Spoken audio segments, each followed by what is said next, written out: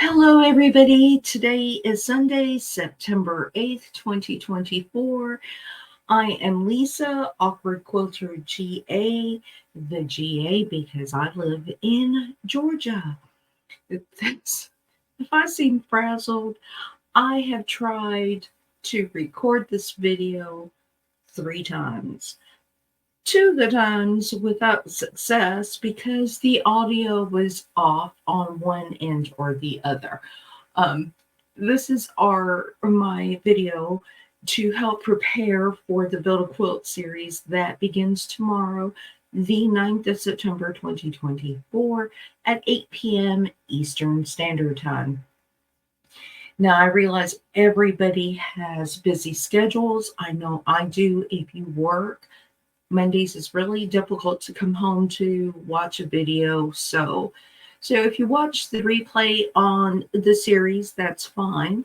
If you plan on being on the live, I would like to make it as interactive as possible. So I will be depending on the comments in the chat, comments from previous videos throughout the series, to help make this experience much better for you and for me. I know we give up so much of our busy lives to hang out with content creators, to learn a new skill, to develop a skill. And so I want to be very respectful of that. In preparation for this video or this series that we are going to start, there are a couple things that may be helpful for you to prepare for this. And one of them is determining the size of your quilt. Are you going to want a large quilt, a big quilt? I am actually going to just do a table topper. I would like a fall table topper. That will take me until after Thanksgiving, and then I'll switch that out and put a Christmas table topper. Now, what I've done, and let me get my magic magnetic wand here, is on my design board, I just got some painter's tape and I have just marked about how big of a quilt top. So this is about a 48 by 48. It doesn't not look like that. Camera does lie. So it's going to be about 48 by 48, and that just tells me about how big of a space I have to work on while we're designing this quilt together. Again, you may decide that you want a larger quilt. By all means, we are here building our own quilts. You do not have to replicate mine. We are just going to do it together using some guidance from each other and helping each other out. One of the other things that might help you if you do not have a design wall, some people sew in their living rooms, in a corner in their living room, on the kitchen table, and it's not feasible to have a design wall. You may lay your blocks out when you're making a quilt top on the floor. You may number your blocks to remember what order they are. But since we are designing a quilt together, we have to have, there has to be just a tiny bit more planning, because there is not a pattern to follow that will tell us block A goes in this position on this row in this column. We are designing it, so we need something a little bit more visual to help us out as we create this. Grab you some graph paper, and let me see if I can position this in. So grab you some graph paper. Here I have some graph paper, and I just made a square. I do know that my quilt the block size will not be any bigger than 6 inches. So I've went ahead and put the 6-inch right in the middle. And that is going to be my building block, because I am going to build my quilt outwards. And so I've stuck a 6-inch block here in the middle. Now you can decide that you want to go ahead and go column by column, row by row. We'll get more into that as we go along in the series. But if you don't have graph paper, any type of paper will work. A back of a bill, something with a blank space in it, a little notepad, but something where you can write and you want to keep notes about the block sizes that you used and where you position them. This will help if you decide that you love it so much and you want to recreate it. So that will help. And you want to keep it close and keep it together. I'm going to keep it in a container that I have, or a little basket I have that I pulled out with all my fabrics. Okay, so you've made a decision, you've graphed something out either on paper or you've marked out your design board, your design wall. And now you want to think, or is it going to be rectangle or square? Mine is going to be square. If you are going to make quilt, those quilts tend to be more rectangular in shape. Lap quilts can be square. Your quilt, you decide what you want. Another thing to determine is, do you want sashing and cornerstones? The sashing and cornerstones generally are used to accentuate a block, or if you are making a sampler quilt, it just brings some division and cohesiveness to a quilt. I am not using sashing and cornerstones. I've used them very often in the past, whether I was repeating a block, making a sampler quilt. I want a floating quilt, which means there is no sashing. I just want it to float wherever I want it on the quilt. So I have that. And then you want to decide if you want borders. If I use borders at all, it's going to be a very small border, and the border is mainly going to be a place for my binding to land and give just a little definition. So that way, if I decide I want star points in there or anything that I do not want to bind over, I'm just going to put that little division right there, and it will probably not be more than 2 inches. But if you decide that you're going to make a 5-inch border, that really limits the space. So if you are making a 50 by 50-inch quilt and you decide that you want 5-inch borders, well, now you have only a 40-inch workspace. And so that helps you determine what size blocks you want to make and how we're going to make that.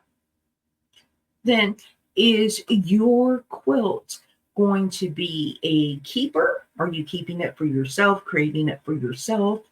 Are you gifting it? Are you making this quilt for a baby coming in the family, or Christmas is coming around and you would like a little token gift for somebody, or you plan on giving it to charity? So just have in mind what it is that you intend the quilt to be. Again, I'm making a table topper. If I make mistakes in this quilt as I plan on building it, it's not going to anybody. There's no harm, no foul. I'll still use it. I'll find a use for it. We're learning this together. And then finally, your theme. Do you want it to be scrappy quilt? Do you want it to be a quilt utilizing fabric from a fat quarter bundle that you have or a layer cake bundle that you have? Because I'm learning this process, I've decided I'm pulling all my scraps out, but it is going to be an autumn themed quilt. So I pulled out some browns and some tans and oranges, greens, yellows, something with a very autumnal feel to it. And I'm so sorry, my hair just keeps getting my eyes. Sorry, but you just need to decide what color, what theme you're going to use, and that will help bring it all together. Now, the series is planned to begin tomorrow, the 9th, and to end on October 28th. We will go longer if we have to. we will conclude it shorter. If you decide that maybe 8 o'clock is a little too late for you, I am more than happy to bump it up an hour or so, make it earlier. I try to be respectful of other people who are going live, some people that I watch, and I don't want to take you away or have division. But again, I do not mind if there is only one person in the live while we're doing this together. I do want this to be interactive. So I do want you to comment. If you weren't able to make the live, you watch the replay. I do want you to be able to comment and give me your ideas, give me your feedback. Say, what should we do differently? And that's fine. And we'll incorporate it. I will incorporate it as best I can. Will not get my feelings hurt. And what else? What else can I say? So yeah, this is going to be fun. I am looking forward to it. My voice is hoarse. There is pollen like crazy outside. Not to mention, again, I've recorded this without volume multiple times today, so I'm hoping this one goes through. I am looking forward to it. Oh yeah, I will be making some tutorials, and I wanted to, this is the most important part. So let me drag this in here if I can get this to drag correctly. Okay, so we are going to be using the Quick and Easy Block Toolkit book. It has 110 quilt blocks in 5 different sizes. I have used this book. The cutting is accurate. I did try to make a block. I actually completed a quilt using a block from here. It came out really pretty. It was a charity quilt, so I was kind of playing around with it, and it was a scrap quilt. Great, great book. It's a good investment, and I will tell you, I do have an EQ8 program, and I will use this book probably more than I do my EQ8 because I love the idea of inventing and creating and sometimes just getting in my sewing space and finding something different to do that doesn't look like everybody else's. It's just uniquely mine as I gift it. Now I cannot give cutting instructions. And the reason for that is that there is a very, very strict copyright code in here. And it talks about video creating, utilizing anything or part of the book. I did write to the publisher. I have not heard back on permission to share, certain sizes.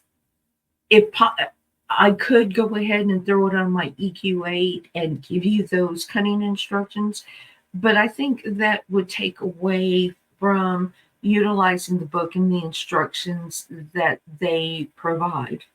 And we'll look at this book closer tomorrow. There will be videos for certain blocks, not every block that we do in the series in the coming week. I may decide to show you some progress that I'm doing so that way I can get some feedback on your progress. I'm hoping to get a Discord channel set up so you can share your creations as you complete it. But you are always welcome to email me, and I will put those in my community page on my YouTube channel. So anyway, we're going to be utilizing this book. I will pop a link for it in the description of this video. It is an Amazon affiliate link. I do get a small royalty, if you utilize the link. It's very small, not enough to even buy half a cup of coffee, but I appreciate when you do use that link, and it just helps a little here and there to purchase things for the channel and help defray some of the cost of running a YouTube channel. But again, do not feel like you have to do that. So that's about it. That's about all I have for you. I'm really excited about this. This is something new for me. It's taking me a little outside of my comfort zone because it's going to be one on one. And I'm going to be dependent on anybody who is in the channel to help me along with this. And we are going to encourage each other. But I'm hoping the series goes well and we will plan more types of sew alongs as far as creating quilts, not necessarily duplicating patterns that are already out there, but creating our own and making things our own and putting our own little homey touches on it, our own spin and the types of colors that we like. And we're just going to be free and create, and we're not going to take each other too seriously. If we make a mistake, we make a mistake. If we have to pull up the seam ripper the whole night through, that's fine. We're going to create together, have fun together. But I hope I get to see you in the series starting tomorrow. Again, everybody is welcome. You do not need to be a subscriber to participate. You do have to be a subscriber to comment. As far as on the lives, and that's just to keep those trolls out, because there's a few people who just like to be ugly, and we want to keep it a happy place to sew. So anyway, until I see you again tomorrow, if you have any questions, go ahead and put in the description in the comment section after this video is ended. And y'all be kind, be blessed, and keep sewing. Bye.